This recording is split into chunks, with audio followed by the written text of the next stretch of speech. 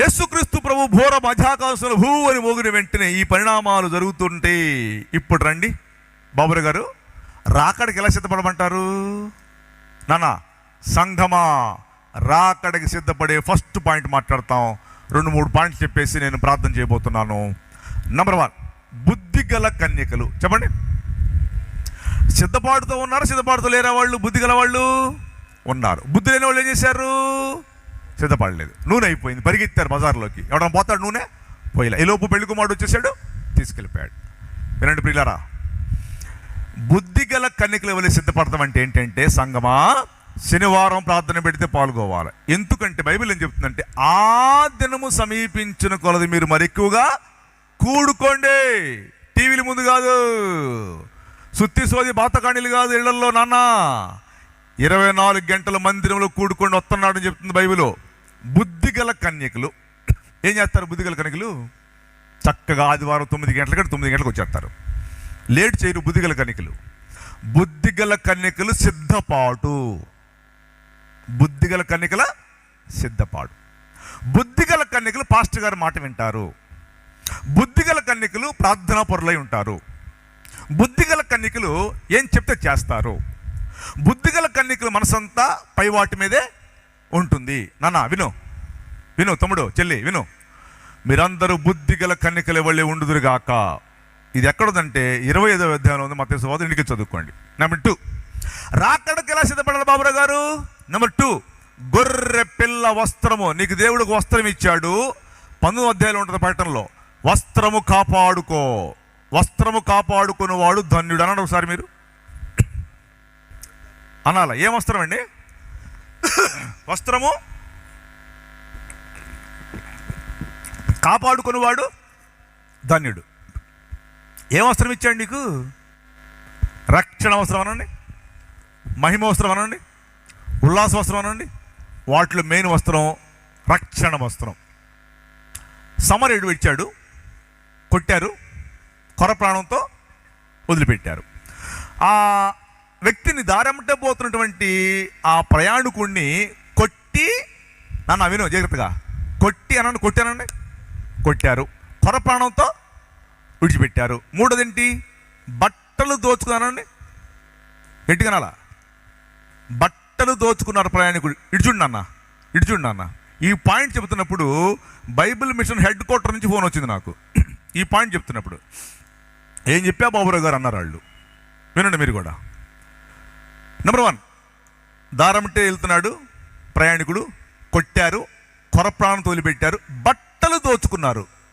అదేంటి బట్టలు దోచుకుంటాం ఏంటి సార్? దారమిట్టే పోతుంటాడు, వాడి దగ్గర కంచి ఒక గొలుసో లేదా ఉంగరమో ఒక 10 రూపాయల డబ్బులు ఉంటాయి కదా, ప్రయాణికుడు కదా. ప్రయాణికుడి దగ్గర కొట్టి బట్టలు దోసుకోవటం ఏంటి? బంగారపు ఉంగరమో లేకపోతే బంగారపు గొలుసో లేకపోతే జేబులో ఉన్నటువంటి డబ్బులు దోసుకోవాలి, కానీ బట్టలు దోసుకోవడం ఏంటి? హలో చెల్లి, ఇటు చూడు నాన్న. ఇప్పుడు ఎప్పుడన్నా పేపర్లో గత రాత్రి కొండవీటి బాబురావు గారి ఇంట్లో 2:30కి దొంగలు పడి బట్టలు దోచుకున్నారంటే పేపర్లో వేస్తారు ఎక్కడన్నా? ఏంటంటే మీకు ఎవరు మాట్లాడరు ఏంటంటే? ఏంటి నవ్వట్లేదు, ఎవరు కూడా చేయండి మీరు. హలో, గత రాత్రి కొండవీటి బాబురావు గారి ఇంట్లో 2:30కి దొంగలు పడి బట్టలు దోచుకున్నారంటున్నా. ఎప్పుడైనా వేసినట్టు చూస్తారా మీరు? ఎప్పుడన్నా చూడరు. ఇటు చూడు చెల్లెమ్మ, నాన్న, బట్టలు కావాలి.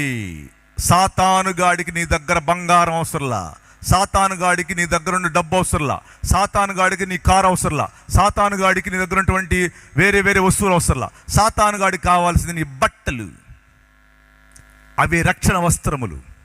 అందుకు దోచుకుంటాడు. వాడికి బంగారంతో పని లేదు, వెండితో పని లేదు, క్యాష్తో పని లేదు, దేంతో పని లేదు, నీ బట్టలతో పని. రక్షణ వస్త్రము క్రీస్తు ప్రభుల వారు నీకు ఇచ్చినటువంటి ఆ రక్షణ వస్త్రాన్ని తీసేసేసేసి, దొంగిలించేసేసేసి, నిన్ను దిగబర్రిగా చేసేసేసి ఆడ కూర్చొని నవ్వుతా ఉంటాడు. ఈ భగభగవా వదిలిపోయింది పేడ. రక్షణ వస్త్రం ఈ అమ్మాయి ఈ అబ్బాయి పోగొట్టుకున్నారు, నేనే పోగొట్టింది, నాకు కావాల్సిన వస్తువు నాకు వచ్చేసింది.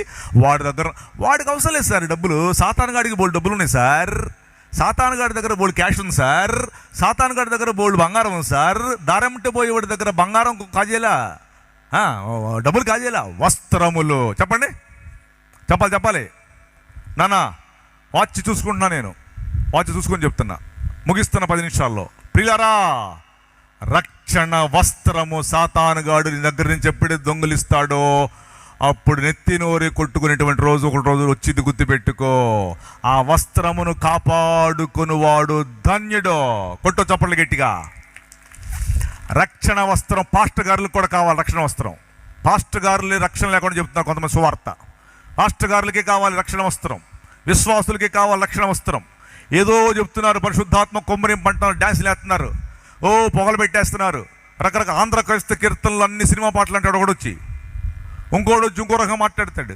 మీరు అందరూ పరలోకం వచ్చేస్తారంటారు, మాకు ఇచ్చేసేయండి డబ్బులు అని చెప్తారు, క్యాష్ అంతా మాకు ఇచ్చేసేయండి చెప్తారు. గుర్తుపెట్టుకో, your pastor is diamond, don't go to the గాజు ముక్కలు. గాజు ముక్కలు డైమండ్ ఒకే రకంగా మెరుస్తాయి అమ్మా. చెల్లెమ్మ విను, యూట్యూబ్లో వచ్చి పాడు చేస్తున్నాయి సార్ ఈ రోజుల్లో. ఆత్మీయ తండ్రి ఏడుస్తున్నాడు సార్, ఆత్మీయ తండ్రిని ఏడిపిస్తున్నావు, అసలు నీకు రక్షణ వస్త్రం పోయింది, ముందు దాన్ని కాపాడుకో, ఆత్మీయ తండ్రిని తర్వాత ఏడిపించవచ్చు. గాజు ముక్కలు డైమండ్ ఒకే రకంగా మెరుస్తాయి. నీ ఆత్మీయ తండ్రి, నీ సంఘము, నీ పాస్టర్ గారు, నీ దైవజనుడు డైమండ్, నీవు కూడా డైమండే. డైమండ్ అయితే నువ్వేం చేస్తున్నావంటే గాజు ముక్కలు డైమండ్ లాగా మెరుస్తుంటే ఏ మంచి అనుకుంటున్నావు. ఎలబాక గాజు ముక్కల దగ్గరికి గుచ్చుకుంటాయి నానా. ప్రియులారా, అందుకే సభలు పెట్టింది. దైవారావు గారికి డబ్బులు ఎక్కువ ఉండి పెట్టిన మీటింగ్స్ కాదు. ఒక 10 మంది మేలు పొందితే వారు ఇంత డబ్బు ఖర్చు పెట్టి మీటింగ్స్ 10 సంవత్సరాలు పెట్టినందుకు ప్రతిఫలము రక్షణ వస్త్రం అనండి అనాలి గట్టిగా. కొంతమందికి రక్షణ వస్త్రం పోయిందని కూడా తెలియదండి. ఎలా చెప్పంటారా? ఫ్యాన్ ఉంది, స్విచ్ చేసాం, ఫ్యాన్ తిరుగుతుంది, గిర్రా గిర్రా గిర్రా, చాలా స్పీడ్ తిరుగుతుంది ఫ్యాన్. తిరుగుతున్నటువంటి ఫ్యాన్ స్విచ్ ఆపేసాం, ఏమవుతుంది ఫ్యాను? ఈ తమ్ముడు చెప్పాడు స్లో అవుతుందని చెప్పాడు, ఇది కరెక్ట్. కొంతమంది అంటారు ఆగిపోయిందండి అంటారు. ఎందుకు ఆగిపోయింది? స్విచ్ ఆపేసిన వెంటనే ఆగిపోయింది ఫ్యాను. హలో అక్కాయ్, వినక్కాయ్, పవర్ పోయింది కానీ ఫ్యాన్ కాసేపు తిరిగిద్ది. పవర్లెస్ విశ్వాసులు. You have లాస్డ్ power, what have God have given to you, you have లాస్డ్ already. రక్షణ వస్త్రము పోయినట్టు కూడా చాలా మంది తెలియట్లా. చెల్లెమ్మ, తమ్ముడు, యు హ్యావ్ లాస్డ్ యువర్ రక్షణ వస్త్రం. సినిమాలు, షికార్లు, అబద్ధాలు, పోకిరి పనులు చేసినటువంటి వాళ్ళందరికీ రక్షణ వస్త్రం పోయిద్ది. అది అక్కడ వాడు కొట్టేసినటువంటి వస్త్రంలో మీనింగ్ అనమాట. డబ్బులు ఉన్నాయి, కొట్టేలా వాడు దారెంటే పోయే దగ్గర డబ్బులు అనుకుని ఉంటాయండి. కొంచెం డబ్బులనే ఉంటాయి కదండి దారి ఖర్చులకి. ఒక గొలుసన్నా ఉంటుంది కదండి, ఒక ఉంగరం అన్న ఉంటుంది కదండి. సరే, ఉంగరం గొలుసు లేకపోయినా కొంచెం డబ్బులు ఉంటాయి కదా. డబ్బులు అవసరంలా సాతానుగాడికి, నీ గొలుసు అవసరంలా సాతానుగాడికి, నీ ఇల్లు అవసరంలా సాతానుగాడికి, నీ కారు అవసరంలా సాతానుగాడి, నీ ప్రాపర్టీ అవసరంలా ఆడికి బోళ్ళు ఉన్నాయి. ఆడికి కావాల్సింది నీ వస్త్రం. రక్షణ వస్త్రము కాపాడుకుంటే మధ్యాకాశానికి వెళ్ళిపోతావు. కొట్టో చప్పట్లో. ముగిస్తున్న వాక్యం. నెక్స్ట్ పాయింట్ చెప్పేసేసి నేను ప్రార్థన చేస్తున్నా. ఎలా బాబురావు గారు సంఘం రాకడికి మేమందరం సిద్ధపడేదంటే, బుద్ధిగల కన్యకలు 1, వస్త్రం కాపాడుకునేవాడు ధన్యుడు. 2, మెళకువగా ఉండువాడు ధన్యుడు. ఆయన వచ్చినప్పుడు ఎలా ఉండాలమ్మా? మెళకువగా. నెక్స్ట్, ఆయన వచ్చినప్పుడు నీవు ఎలా ఉండాలంటే నిద్రపోకుండా ఉండాలి, భక్తితో నీతితో ఉండాలి. అప్పుడే పరలోకం వెళతావు. ఇటు చూడండి, అయిపోయింది. ఇంకా ఈ రాత్రి ప్రియులారా, ఫస్ట్ డే వాక్యంలో ఇది చెప్పాలనుకున్నాను నేను. పరిశుద్ధాత్మ దేవుని నడిపింపుతో దేవుని బోర, దాని పరిణామాలు మోగబోతుంది. త్వరలో జరుగుతున్న ప్రవచన పరిణామాలు. ఆ యేసు ప్రభు రాకడ ఎప్పుడైనా రావచ్చు. హల్లెలూయా. మీరందరూ ప్రభు రాకడకు సిద్ధపడుదురు గాక, మీ వస్త్రమును కాపాడుకొందురు గాక, మీ రక్షణలో నిలబడుదురు గాక, ప్రభు వచ్చినప్పుడు ఆయన ఎదుర్కొందురు గాక, పెండ్లి కుమారుడితో మనమందరము కలువుదుము గాక.